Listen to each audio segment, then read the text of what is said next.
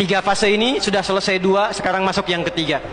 Maka yang ketiga ini, fa idza jaa wa'dul akhirati, maka jika datang janji Allah yang terakhir untuk mereka.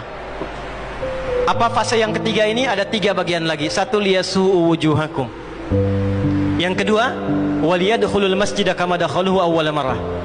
Yang ketiga, waliyutabbiru ma'alau tatbira. Ya. Satu sekarang sedang diperlihatkan, liyasu'u wujuhakum. Persis sekarang orang-orang itu seperti di era Nabi yang membayangkan hingga bisa ditembus, bentengnya kokoh, intelijennya kuat, sadapannya di mana-mana. Tapi ternyata dunia yang melihat kokoh itu ditunjukkan oleh Allah hanya dengan bahasa mereka. La syirzimatun qalil. Ini bahasanya Firaun. Ini kan cuma ormas kecil, nggak sebanding. Ormas kecil yang nggak sebanding ini ternyata telah bisa mengintersep semua bagian-bagian itu. Dia bisa tembus bentengnya, dia masuk ke dalamnya. Liyasu'u wujuhakum. Tujuannya bukan untuk menunjukkan mereka mampu, bukan, untuk menggugah dunia kalian kemana saja. Yang kalian anggap itu hebat, itu mampu, itu dahsyat, ternyata bisa ditembus, dipermalukan di wajah dunia. Satu, janji Allah tiba. Kedua, waliyadkhulul masjida kama dakhaluhu awwal marrah. Nanti ada fase kedua.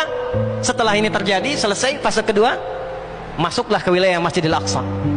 Kembali lagi milik kita itu. Dihitunglah fasenya 40 tahunan. 1987 fase pertama sekarang berjalan, ditambah 40 berapa? 2027. Itulah fase yang kedua, saat diharapkan paling puncaknya Masjidil Aqsa bisa kembali lagi. Nah, ini bukan main-main, ini bukan main-main. Hitungan fasenya. Antum lihat video viralnya Syekh Ahmad Yasin itu ketika menjelaskan itu. Saya tahu betul itu. Ya. Beliau hitung itu. Ya, 2027 ke 2028 dan puncak akhirnya waliyutabbiru ma'alau tatbira. Hancur semua, terjadi perang dahsyat. Hitungan saya sih tambah 20 tahun karena fasenya sampai 100 tahun. 40 tambah 40 tambah 20 100. Maka 2037. Silahkan cek orang-orang yang ada menghitung di pertahanan sekarang.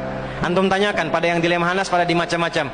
Bagaimana kekuatan dunia pergeserannya, saya yakin hitungan mereka 2037 terjadi sesuatu yang dahsyat. Gerbangnya sampai 2040, di atas 2040 itulah generasi emas akan muncul. Makanya Indonesia masuk generasi 2045. Itu sudah dihitung 2030 pembukanya. Makanya sekarang punya visi 2030 semua.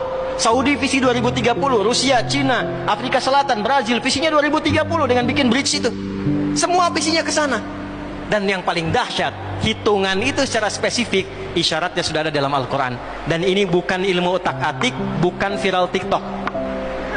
Ingat, ini sudah sejarah yang berlangsung dari penelitian masa lalu.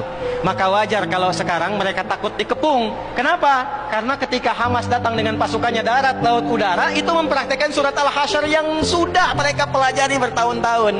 Datang lewat darat, lewat laut, lewat udara. Takut mereka semua. Maka dikontaklah kemudian kolega-koleganya. Datanglah kapal induk 2 dari Amerika, satu lagi datang, Inggris datang, kemudian Kanada datang, Jerman siapkan pasukan. Kenapa? Karena trauma dengan pengepungan.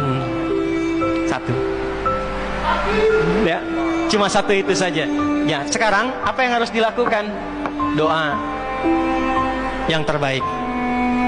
MUI sudah bikin fatwa, baru saya lihat fatwanya hari ini tuh. Fatwa nomor 83 tahun 2023. Kita nggak bisa berangkat ke sana, ya, jangan main-main, jangan potong-potong video saya. Nggak boleh berangkat sembarangan karena gerbang pun ditutup. Antum belum nyampe udah mati duluan. Nggak boleh keluar tanpa izin pemerintah karena ada qadhi yang paling atas. Tidak, ya.